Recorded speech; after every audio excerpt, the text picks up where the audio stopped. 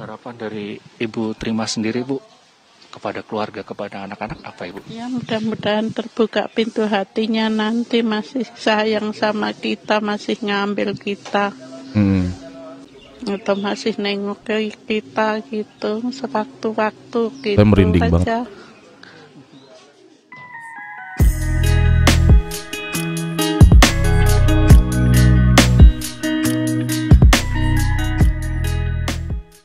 Assalamualaikum warahmatullahi wabarakatuh teman-teman semuanya. Bertemu lagi di channel Rio Ermanto.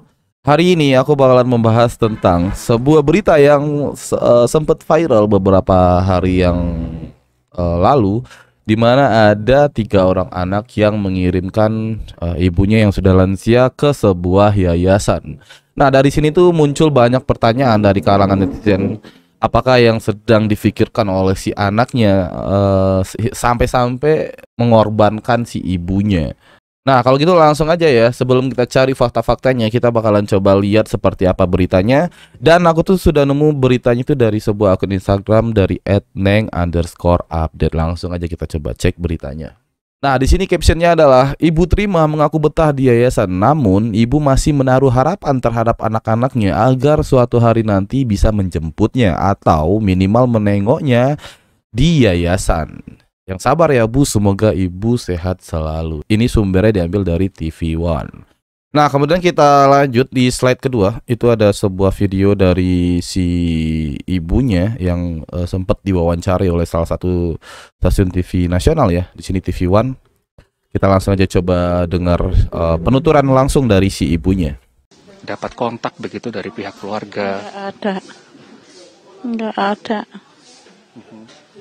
Dari anak-anak Ibu sendiri begitu, Bu? Ya. Ini mohon izin untuk lebih detailnya begitu, menitipkan Ibu di sini itu dengan alasan apa, Ibu Terima? Alasan nggak mampu biayain orang tua, karena dia masih numpang sama mertua, anak 4, terus karena kondisi COVID ini jadi dia diberhentiin kerja, yang anak laki, terus yang anak perempuan punya laki juga sama, jadi pada ngojek sekarang. Nah, ini juga yang menjadi apa ya, jawaban dari banyak netizen pastinya ya. Dimana wajar ketika mendengar selintas berita tentang ada anak yang mengirimkan orang tuanya ke sebuah yayasan. Pertanyaan yang paling pertama muncul itu adalah why ya, kenapa? Nah, di sini si ibu sudah mulai menjelaskan bahwa faktor ekonomi lah yang menjadi salah satu dari beberapa faktor yang menyebabkan hal ini bisa terjadi. Oke, kalau dari segi ekonomi nantinya pasti akan muncul beberapa argumen yang berbeda-beda dari setiap individu ya. Mungkin ada yang menganggap bahwa sakit apapun ya kondisinya, yang namanya orang tua itu pasti adalah salah satu choice yang utama. Namun mungkin juga ada individu lain juga yang merasa bahwa mungkin ini adalah jalan yang terbaik, yang paling terbaik di saat situasi ekonomi yang benar-benar sudah sangat sulit. Nah, tentunya ini akan menjadi sulit ya pertimbangannya, pilihannya apakah memilih untuk merawat dengan kondisi yang benar-benar sulit atau mengirim ke yayasan. Nah, ini tentunya akan menjadi pro dan kontra. Dan kalau boleh jujur, dengan situasi yang saat ini kita ketahui ya, saya sebagai anak lebih memilih untuk do the best ya, menjadi seorang anak dengan apa adanya, dengan apa yang ada. Entah itu kita bakalan makan sepiring berdua, kita bakalan makan ala kadarnya, tapi tetap stay. Tapi mungkin juga di luar sana ada juga yang berpikiran sama seperti anak-anak si ibunya, bahwa mungkin kebahagiaan si ibunya jauh lebih utama, sampai beranggapan kalau mungkin jalan terbaik untuk saat ini adalah ibunya berada di yayasan. Nah, ini tentu akan menjadi pro dan kontra ya, dan itu mungkin akan sangat tipis untuk menilai siapa yang benar siapa yang salah ya, tergantung situasi dan kondisi tentunya. Tapi ingat bahwa yang namanya seorang ibu itu pasti akan menjadi apa ya, ladang yang sangat luas ya untuk bekal kita di kehidupan selanjutnya gitu loh. Jadi memang harus menjadi pertimbangan yang sangat berat ketika harus mengirimkan si ibu ke dirawat atau dijaga oleh orang lain. Tentunya ini akan menjadi pertimbangan yang sangat sangat bisa dibilang sangat rugi lah gitu ya. Kita coba lanjut lihat beritanya. Tiga-tiganya. Harapan dari Ibu terima sendiri, Bu, kepada keluarga, kepada anak-anak apa, Ibu? Ya mudah-mudahan terbuka pintu hatinya, nanti masih sayang sama kita, masih ngambil kita. Atau masih nengok ke kita gitu sewaktu-waktu gitu. Saya merinding aja. Ibu terima asli Magelang, Jawa Tengah ya, Bu? Iya, Borobudur saya.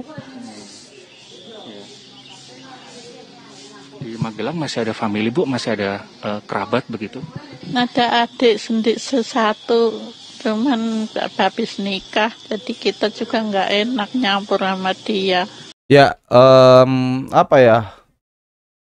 Di sini kita bisa lihat bahwa si ibunya pun masih berharap agar si anaknya tuh mau untuk menjemput, atau mungkin kalau nggak bisa ngejemput ya minimal menengok ya dia ke yayasan. Dan nggak ada yang lain yang bisa kita lakukan kecuali hanya berdoa ya, agar apapun itu situasi dan kondisi si anaknya sekarang itu bisa memberikan dia jalan untuk menjemput si ibunya ya. Kalau tadi dibilang bahwa faktornya adalah ekonomi, kita doakan ya supaya rezeki si anaknya dimudahkan.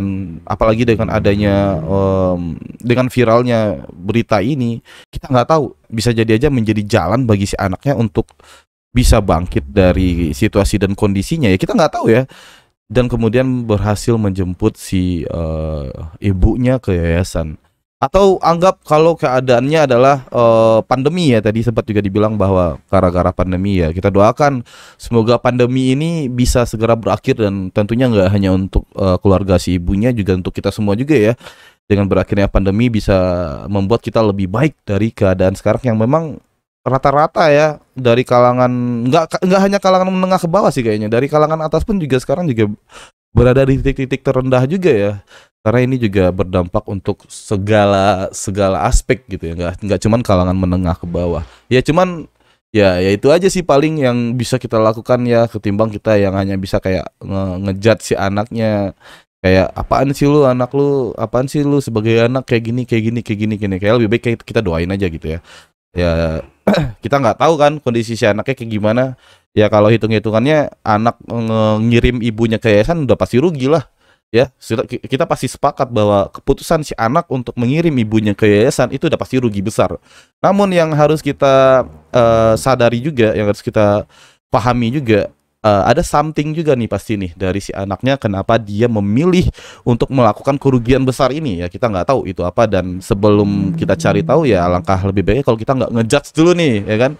Anak ini udah kita stop itu dulu. Lebih baik kita mendoakan si ibunya biar diberi kesehatan, ibunya biar diberi ketabahan, biar diberi kesabaran, dan juga si anak kita doakan ya supaya mendapat hidayah ya, seperti banyak doa yang aku baca dari para netizen, mendapat hidayah, kemudian mendapat kemudahan dari segala kesulitan, mendapat kelancaran dari segala planning yang mungkin selama ini udah dia rencanakan tapi sempat gagal, dan semoga semuanya dimudahkan sehingga si ibu ini bisa kembali bersatu dengan keluarganya.